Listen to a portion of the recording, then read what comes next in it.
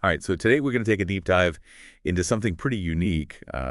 We've got this really fascinating story about this horse, Gandour, and his journey from being a racehorse to, well, to a Pilates enthusiast, I guess you could say. Yeah, a racehorse doing Pilates, it's not exactly something you hear every day, right? Not exactly, no. Yeah. That's what makes it so interesting.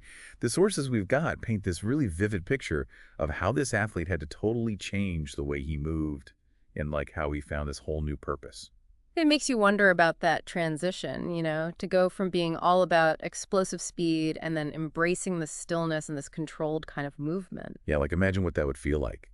Gandour actually described that shift from racing to slowing down as moving from a storm to a breeze. Wow. Yeah, I can see that. And he even said he felt like he might be disappearing after such a high energy career. Like his whole life had been go, go, go, and then suddenly it's not. Right. It's like that feeling of, okay, who am I now? My identity's been tied to this thing for so long. And now what? Exactly. Yeah. And that's where Carolyn comes in. She knew Gandour so well, and she could see that his spirit was still there. It just needed a new outlet. It's a good reminder that just because something ends doesn't mean everything's gone. There's still that core there. Absolutely. So with Gandour's new coach, we see this really interesting approach. Instead of trying to force him to change, they really focused on just observing him first. Kind of like meeting him where he's at instead of trying to mold him into something else. Yeah, and they concentrated on just maintaining his existing movement instead of like trying to completely reshape him. And get this, he still participates in the gentleman's race. Wait, really? So he's still racing? He is. But it's not about winning anymore. Now it's about keeping that sense of direction. I thought that was so cool. That's really interesting. So it's not about the competition now. It's just that inherent drive to move forward. Exactly. And then dressage comes into the picture. Dressage. That's pretty different from racing. Right. But for Gandour, it wasn't about getting applause or anything. It was about achieving better self-alignment. He even described each movement as a conversation. Like he's having this dialogue with his own body. Totally.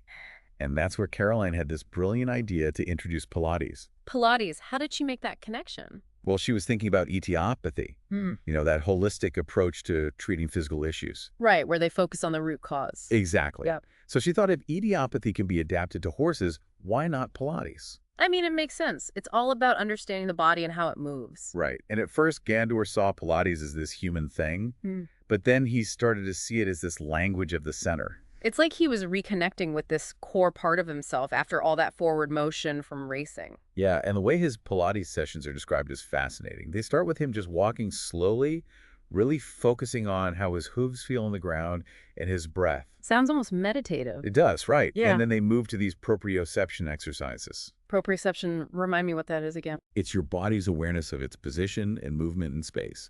So they have him walk on unstable surfaces and do exercises to mobilize his spine, his shoulders, his pelvis. So it's all about slow, controlled movements and building that body awareness. Exactly. And they have an equine osteopath and an idiopath there to make sure everything stays aligned. It's like a whole team dedicated to his well-being. It is. And the amazing thing is that Gandour describes feeling restored by all of this. Restored, like physically. Physically, but also like on a deeper level. Yeah. He went from feeling like a tool, just something designed for a specific job, to feeling like a being in motion with rhythm, with a voice and with purpose. Wow, that's powerful. So it's not just about his physical strength. It's like he's rediscovering himself. Exactly. And now he's the mascot for a Biopilates Paris, just by being there and breathing.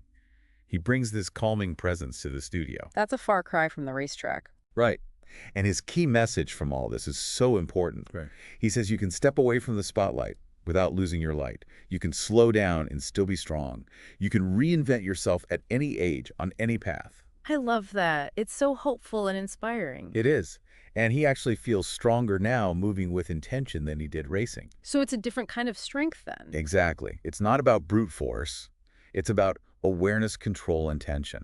It makes you think about how we define strength in our own lives. Right. What spotlights might we be holding on to that are keeping us from finding a different kind of light? Gandour's story really makes you think about those unexpected paths to strength and purpose. What we might discover if we embrace change and adapt. Absolutely. And on that note, we'll wrap up this deep dive. Thanks for joining us. It's been a pleasure.